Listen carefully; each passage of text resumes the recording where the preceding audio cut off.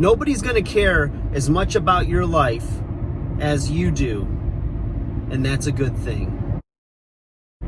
Hey guys, welcome back to 5nothing100nothing.com. I am Fugit. It stands for the fittest underdog guru using intelligent tactics.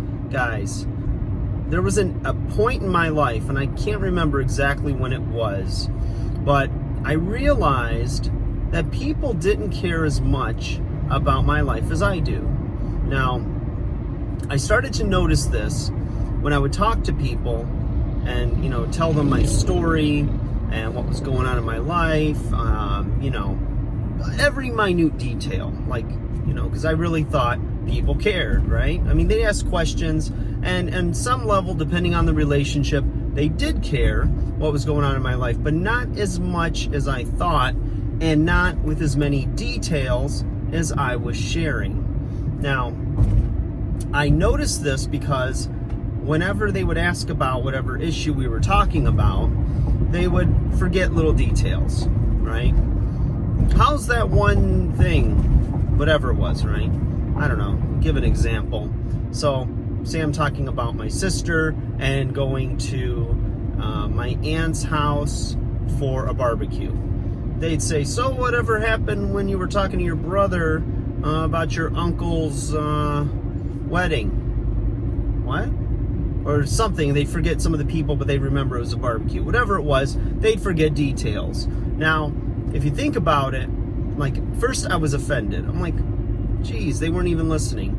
But then I thought about it, and it's like, if they're sharing a story and I'm talking about it, or if I had to give them feedback, a lot of times I'm forgetting little details as well.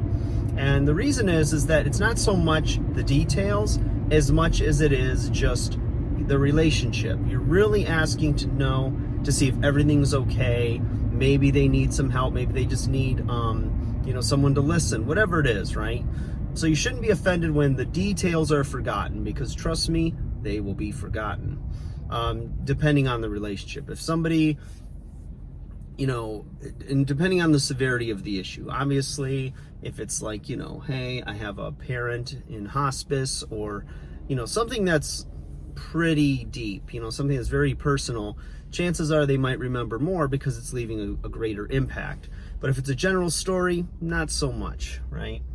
Another example, I've noticed this this week in the gym with my clients, is a lot of times clients will get self-conscious about their form, about if they have the right workout clothes on, all this kind of stuff, And I've told them this week especially, I said, watch to see just how much are people really watching you, watching your form, and how much they're just trying to see themselves in the mirror. Really pay close attention to that. How many people are really watching you in the gym and what you're doing, the way your form is, what you're wearing, all this stuff, and how many are really just trying to look around you to see themselves in the mirror. And a lot of them have given me the same feedback. They're like, oh my God, I didn't realize how many people are just trying to see themselves in a mirror. And I'm like, exactly. That's just how it is. We're by nature self-centered. And I don't mean that in a bad way, but we're more self-focused. And that's a good thing. The person who's a busybody that's always looking around or trying to figure out what everyone's doing and, gossiping about them or what have you. A lot of times that's deflection off of their own issues of what's going on in their life that they really don't want brought to light. So they'll focus on someone else's blemishes, offenses, whatever, the gossip, the rumors, the whatever. And it's like, that stuff gets really tired. It's ugly. And the thing is that if something is shared, as information or whatever, hey, how is so-and-so doing? Or, just sharing relevant information. I don't know another way to say it, but you know what I mean, hopefully. So that's the whole thing with regard to people caring.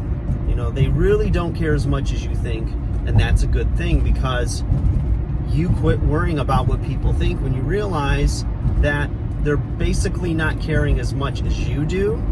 And that means that hopefully they're not going to try to interfere with your life, with your decisions. I mean, they might say it in the moment, you know, hey, why are you, you know, buying that house? There's a nice house here, there's there, whatever, right? And it's like, well, it's because it's my decision. You know, if you ask for their input, that's one thing, but there's people that will give their input, but at the end of the day, you shouldn't feel obligated to take their advice or their recommendation or whatever. If they get offended by that, then that just shows their own insecurity, and they need to work on themselves and quit worrying about you. That's my take on it. So, I don't know, that's kind of all over the place, but I just thought I'd cut a little quick video, you guys. Driving on a beautiful Wednesday. It's sunny out. It's a little too windy out, but that's okay. You know what? I'm just grateful. I woke up on this side of the grave. I got air in my lungs. Had a good work day. My people are doing good. Got a good workout in. I'm in love. My son is healthy and happy. Life is good. So, and it's only getting better, baby. 2020 ain't over yet. Let the blessings rain in. Like, share, subscribe. I'll talk to you later.